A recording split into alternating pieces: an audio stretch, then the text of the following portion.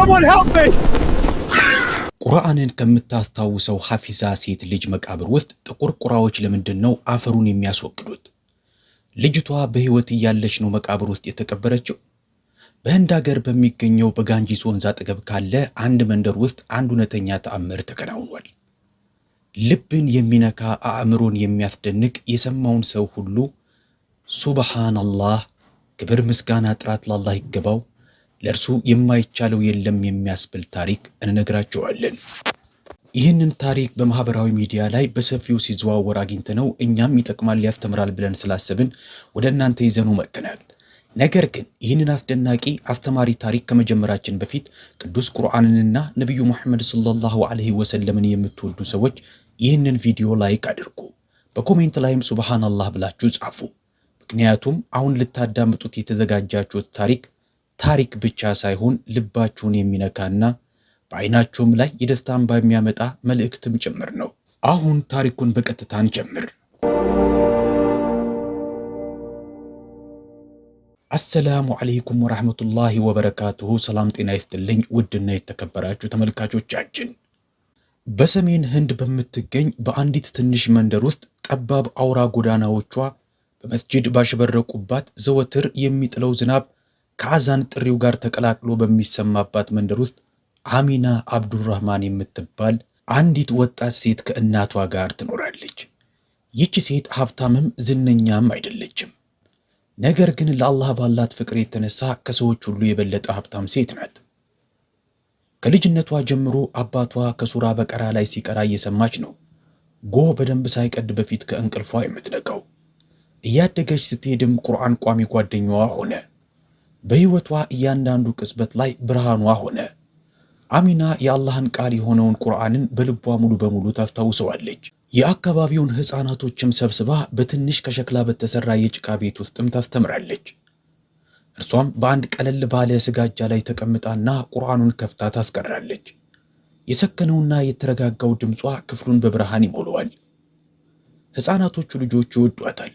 የሰፈሯ ሴቶችም ፊቷ እንደ ጨረቃ ያበራል ይላሉ። ያያት ሰው ሁሉ በልቡ ውስጥ ሰላም ይሰማዋል። ሂጃቧን በኩራት ለብሳ ትሄዳለች። ድምጿን ከፍ አድርጋ ተናግራም አታውቅም። በየዕለቱ የምታደርገውን የቁርአን ቂራአቷንም ረስተው አታውቅም። ምንም ያህል የሚጥለው ዝናብ ከባድ ቢሆንም ወይም ሙቀቱ ቢከፋም ሁልጊዜም ለእናቷ እንዲህ ትላታለች፣ እናቴ በዚህ ህይወት ቁርአንን ካስታወስኩ ለአኺራዬ ወይም ለመጪው ዓለም እኖርበታለሁ። ህልሟ በመንደር ውስጥ የቁርአን ሐፊዝና ሐፊዛዎችን የሚያፈራ የሂፍዝ ትምህርት ቤት መገንባት ነው። ነገር ግን እጣ ፈንታ ያዘጋጀችላት ሌላ መንገድ ነበር፣ እንባንም መገረምንም የሚያመጣ እጣ ፈንታ። ይህ በሳር ቤት ከ10 ወር በፊት በ40% ልዩ ቅናሽ የሸጥነው ሳይታችን ነው። አሁንም በ35% ልዩ ቅናሽ ተመልሰናል። በሳር ቤት ከቫቲካን ኤምባሲ ከ200 ሜትር ርቀት ዋናው መንገድ ላይ ባለ 2 መኝታ 80 ካሬ በ5.7 ሚሊዮን ጠቅላላ ክፍያ፣ ባለ 3 መኝታ 139 ካሬ በ9.9 ሚሊዮን ጠቅላላ ክፍያ። በተጨማሪም ከ30 እስከ 64% ሲከፍሉ ከ15 እስከ 25% የሚደርስ ተጨማሪ ቅናሽ ያገኛሉ። እኛን ለማግኘት ሳይት ለመጎብኘት በ0980 14 14 08 ላይ ይደውሉልን። በአንድ አርብ ዕለት ምሽት በሻባን ወር ሰማዩ በካፊያ ተሞልቶ አየሩን በሞላው ሰዓት አሚና ቁርአኗን ይዛ ከቁርአን ትምህርት ቤት እየተመለሰች ነው። ጎረቤቶቿንና ተማሪዎቿን መንገድ ላይ ስታገኝ ፈገግ ብላ እንዲህ አለች፣ ነገ ሱራ የዩሱፍን ምዕራፍ አብረን እንከልሰዋለን፣ ልጆች እንዳታረፍዱ ብላቸው ሄደች። የዛን ዕለት ምሽት ከእናቷ ጋር ከመስኮቷ አጠገብ ካለው መኝታ ክፍሏ ውስጥ ተቀመጠች። ነፋሱ ረጋ አድርጎ መጋረጃውን እያንቀሳቀሰው ነበር። ከዛም እናቷ ዛሬ ዝም ያልሽ ትመስልያለሽ አሚና፣ ደህና ነሽ ግን አለቻት። እርሷም ፈገግ ብላ አንድ ቆንጆ ነገር የሚፈጠር እየመሰለኝ ነው እናቴ፣ ልቤን ቀለል ብሎታል ስትል መለሰች። ውዱእ አደረገች እና ከዛም 2 ረጅም ረካዓ ሰላት ሰገደች። ከዛም ተቀመጠችና ሱራ ያሲንን መቅራት ጀመረች።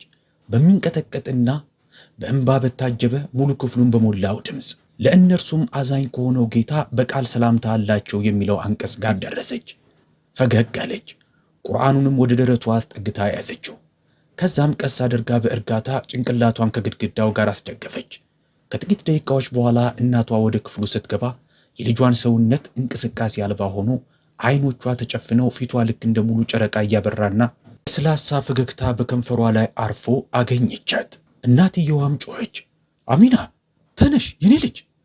ግን እርሷ ወደማይቀረው ዓለም በሰላማዊ መንገድ ሄዳ ነበረ። ወደ አቅራቢያው ሆስፒታል ወሰዷት።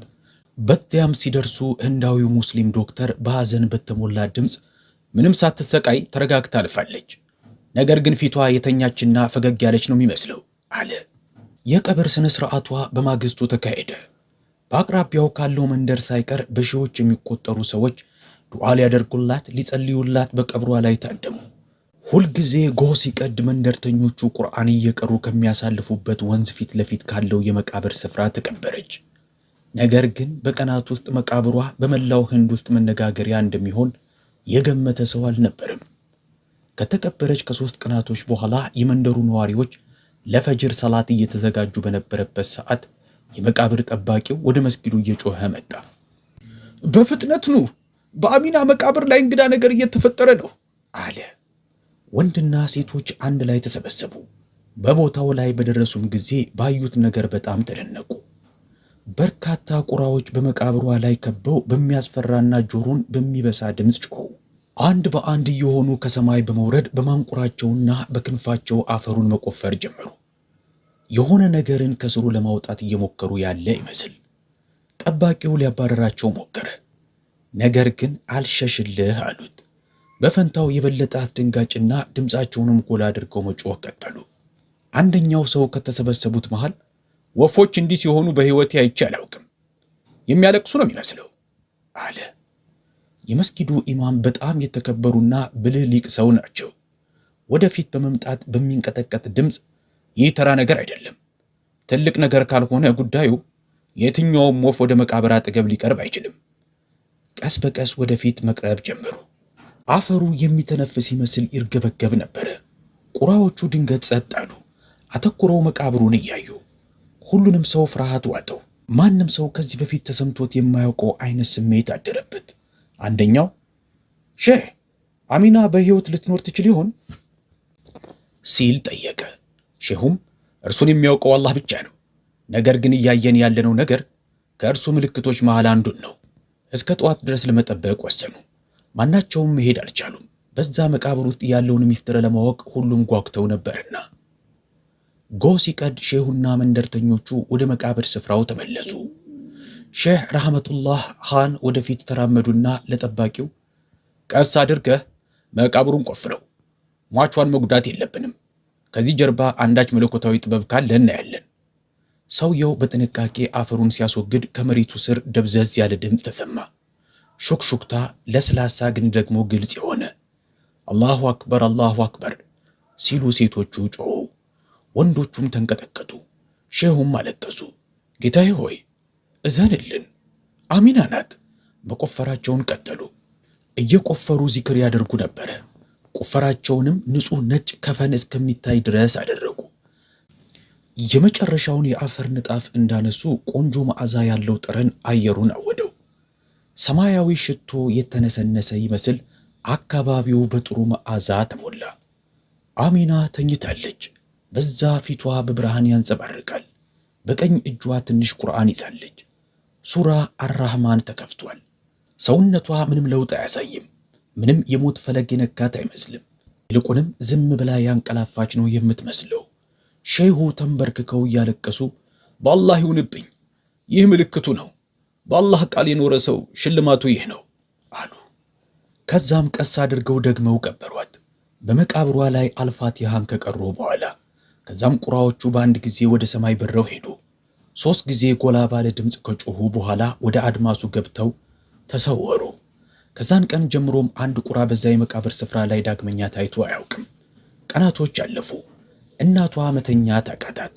በአንድ ዝናባማ ምሽት ውዱእ አደረገችና ወደ ልጇ ክፍል ሄደች። ጠረኗን ለማሽተት ፈልጋ የአሚናን ቁርአን ከፈተችው፣ ሁልጊዜ ጠዋት እንደምታደርገው። ነገር ግን ትንሽ ቁራጭ ወረቀት ከቁርአን ውስጥ ሸልኮ ወለሉ ላይ ወደቀ። በሚንቀጠቀጡ እጆቿ አንስታ አነበበችው። የተጻፈው በልጇ ቆንጆ የእጅ ጽሑፍ ነው። እንዲህ ይላል።